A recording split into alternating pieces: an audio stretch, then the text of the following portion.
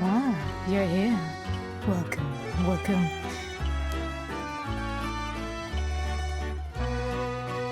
I've been eagerly awaiting your arrival. Allow me to introduce myself. I am the storyteller. Pleased to make your acquaintance. I shall be your guide going forward. It would feel strange to go on without knowing your name. Please tell me what I may call you.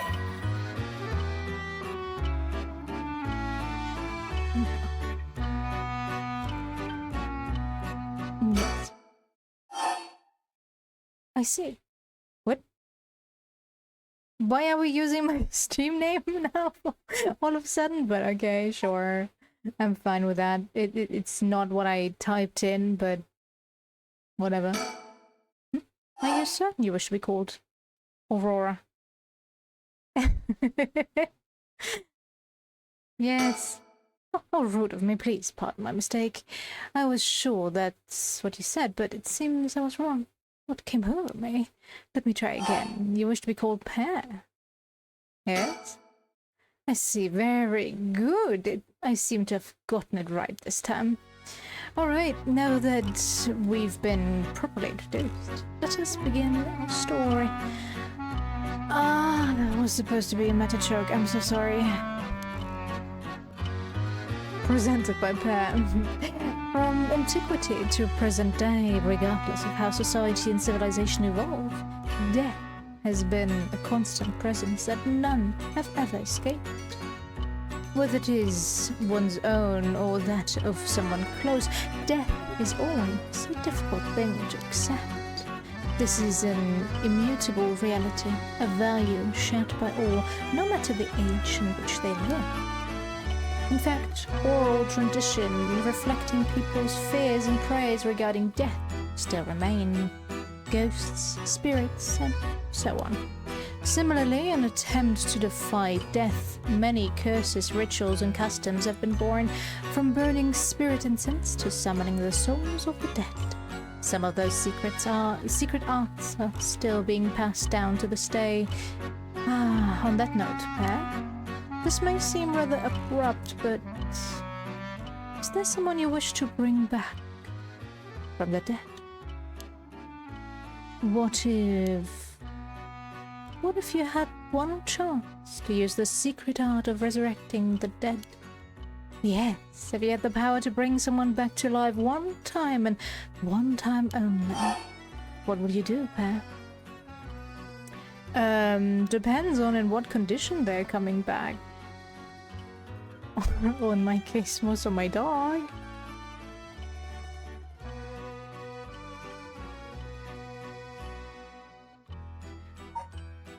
Yeah, I'd use it if it came at no cost. You know,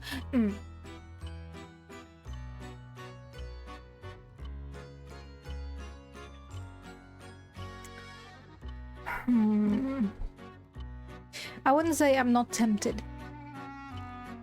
by the possibility of resurrecting someone, but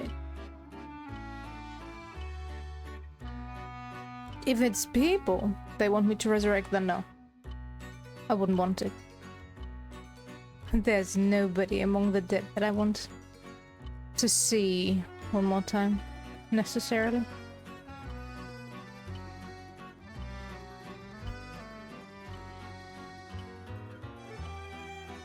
I would know a few people that would want that power.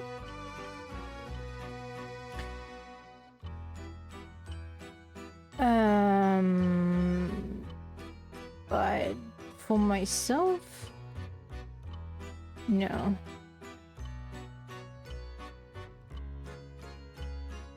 I don't really see the need.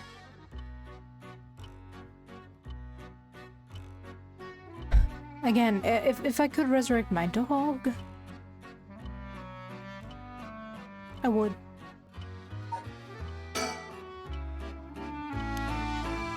I see. Very interesting.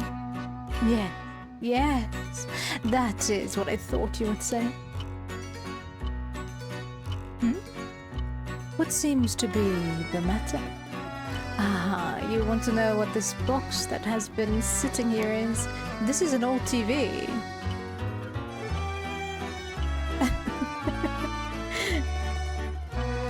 My grandma had an even older model that looked quite similar still. And we had one of those very big, what are they called? In German they're called Röhrenfernseher. But I have no idea what the English equivalent to that is. But yeah. It's an old TV. It's quite the curious thing, isn't it? This is called a color television. I am quite sure that only display... very, very watered down colors. The world the world I will be sending you to is full of devices such as this that do not exist in the age you are from. In this era, a color television can be found in nearly every household. That is not all. For example, the person should wish to contact someone while they are out of their home. They use public telephones like this that can be found all over the city. Can you imagine what life would be like in such a time? I'd be thrilled to have you continue the story, Pam. After all, that is why you came here, no? So, let us begin. I've kept you waiting long enough. I present to you Paranormicide, a bizarre tale surrounding the curse known as the Rite of Resurrection. A peculiar yarn ensnaring 9 men and women in a fierce fight for their lives as it unravels. Some of the characters appearing within surely share your views on the Rite of Resurrection. I imagine those who have lost someone dear to them will feel particularly strong about it, clinging to it as their last desperate hope. First I shall introduce a man named Shogo Okie. Is one of them.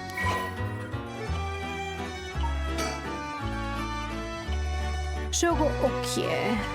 Shogo is an unremarkable young man entering his 3rd year of working in the planning department at Hihaku, a chemicals company headquarters in Sumida. Born in Western Tokyo to an ordinary family around the same time as the birth of color TV, he grew up amidst the boom of special effects, heavy action films, anime, variety shows, professional baseball, and pop music. Shogo graduated from a famous private university in Tokyo and has since settled into an apolitical mindset, common among those of his generation, with no strong ideals and no particular dissatisfaction with the world as it develops around him. He is content to just go with the flow, having stumbled into his current position by pure chance, but it is safe to assume he will follow the stereotypical path of working his way up the ladder, starting a family and remaining at the same company until retirement. He plays folk guitar as a hobby and is currently looking for a girlfriend. Anyone interested? He would be around 90 now? Yeah. Breaking news, breaking news. Oh, I wonder what it could be at such a time. Early this morning, the body of a drowned man was discovered at a park in Sumida City. Police have identified the body as Shogo Okie, a 25-year-old man who worked at a company in the area. As signs of a struggle were found, the Sumida police suspect foul play and have launched an investigation. Oh, excuse me. Please pay no mind to what you have just seen. Goodness, you very nearly saw something that would have spoiled the story. Just pretend you did not see that. Let us turn back time back. As mentioned. Start again from there. Do you understand? You saw nothing. You know nothing. Okay. Shogo is not dead. This story is a work of fiction. All location, characters, organizations, legends, etc. that appear in this game have no relation to reality.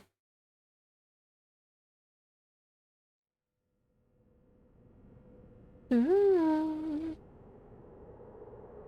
Guys, we have forgotten. Sugar? Sugar, are you alright? Hey, can you hear me? Huh? Oh, I can look around. Hey, that's not a proper answer. Earth to Shogo Okie? What do you think you're doing, falling asleep here? You have me quite the you gave me quite the shock. Come on now. Up with you. Up. Okay, and... there. How's that, alright? Do you feel dizzy? Have a headache? Are your humors off balance? I'm fine, I think. There's definitely nothing wrong with my humors, though my hat's still a little fuzzy. Office worker, Shoko, okay. Uh-oh, that doesn't sound good. Turn your head around a little to see if you can walk alright. The game is in your control. Drag the screen or move the right stick to look around. Try looking around your surroundings now. Wow! Can I move? No. Just the cursor. Good, good. You seem to be fine. What a relief. Do you remember anything? Like where we are, what we were doing? The rite of resurrection? Huh? Wait a second. When did I tell you about that? I mean, I guess I must have seen as you know that name, but weird. Anyway, you still seem a little out of it.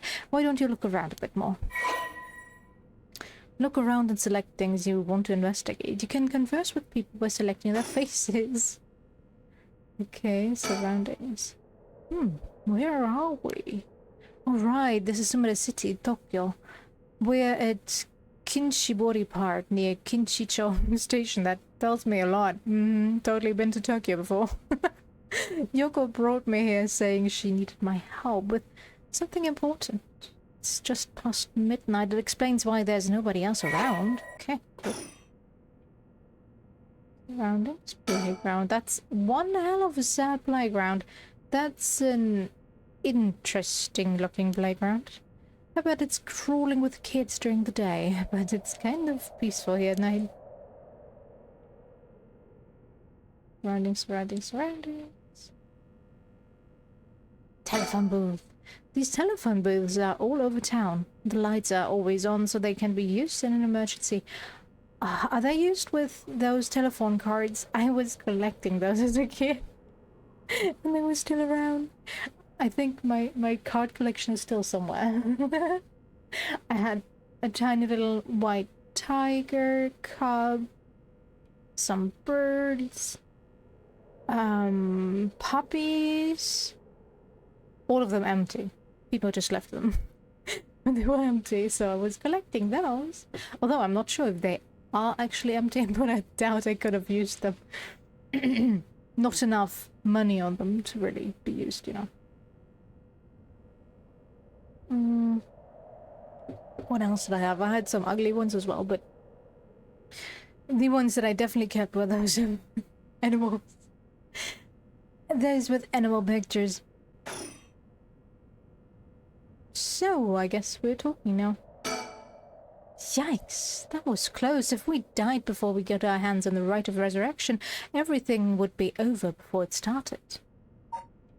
Very cool. I'm still a little woozy. What the hell is wrong with me? There's a girl here. Who is she? That's Yoko Fukunaga. Good. At least I can remember that much. I first met her about a month ago. She's 23, works as a housekeeper, and is really into the occult. If I think hard, I can probably recall a little more about what's going on. We've only met a few times, but we've really hit it off. She's a lot of fun to be around. I've no idea how she feels, though. I get the sense she isn't thinking about me that way right now. But I know I've got a thing for bubbly girl who are into dark things like they're called. Paranormal fanatic Yoko Fukunaga. Fukunaga, god damn it. We get more? Female housekeeper. After obtaining a junior college degree, Yoko started working as a housekeeper due to her ability to see things other cannot. Others cannot. She has received strange looks from a young age. This ability spurred an interest in the paranormal, which she continues to pursue to this day. Following graduation, Yoko worked a desk job at a trading company, but butted heads with her supervisor, who was skeptical of the supernatural and quit within a year. Now, while working as a housekeeper, she spends her days devouring mystery magazines and visiting haunted spots, as she vowed to live life true to herself and never change for the sake of others. Yoko has no regrets about the path she has taken. Yoko has a dog, a Shiba Inu, named Ogopogo, who has been by her side since she was a student. So, quite old? Question mark? Sex? Question mark. Occupation? Question mark. The storyteller guides those who visit the paranormal site. Everything else about him remains a mystery.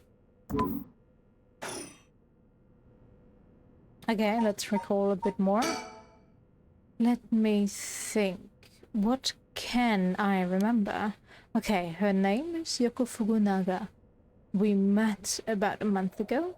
What's the deal with this park?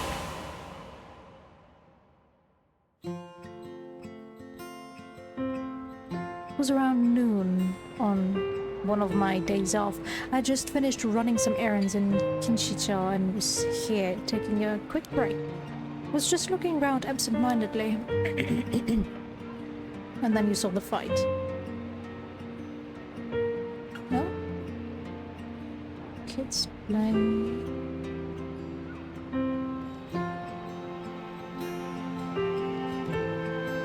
You also always look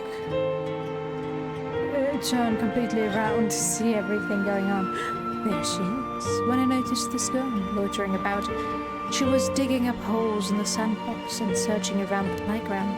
She seemed to be enjoying herself, talking to the animal figures and petting them on their heads. My curiosity got the better of me before long, and I struck up a conversation. Hey, are you looking for something? Huh? Sorry, I must look like a total weirdo. Yeah, I guess you could say looking for something. If you want, I could give you a hand. For a second, I need to turn down this music a little bit.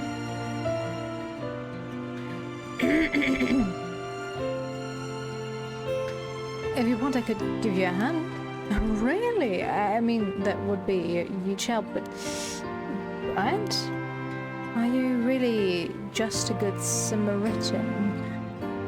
Or are you after, something else? Huh? I just saw you and I got interested.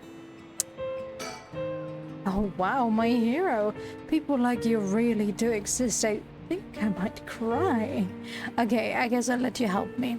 Be warned though, you might regret what you've gotten yourself into. No worries. What are you looking for anyway? Oh my god. My voice?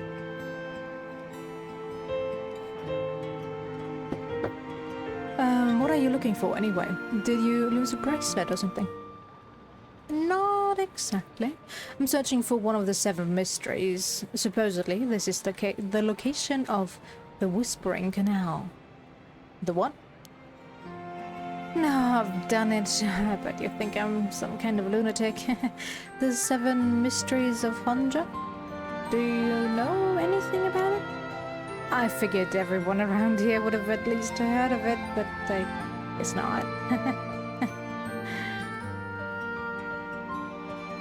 Honjo is what the southern part of Sumida is called.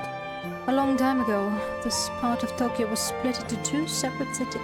The north part was Mukujima and the south part was Honjo. Huh. Am I boring you? Sorry. Well, I'm not a local or anything, I just work around here. Oh, then no wonder you didn't know. Well, the Seven Mysteries of Honjo is a legend dating all the way back to the Edo period. Really? It's that old? That's like over 200 years ago. Oh, I've got your attention, all right. I just assumed it was one of those fake stories made up to chase the occult craze. I don't blame you. A lot of the popular stories going around are pretty fishy. But the Seven Mysteries of Honjo are different because they're all true. They are true. That's what I said. They are the real deal. So, hold on. What does that mean? Are you telling me there's actually paranormal stuff at work in this park? Yep, pretty much.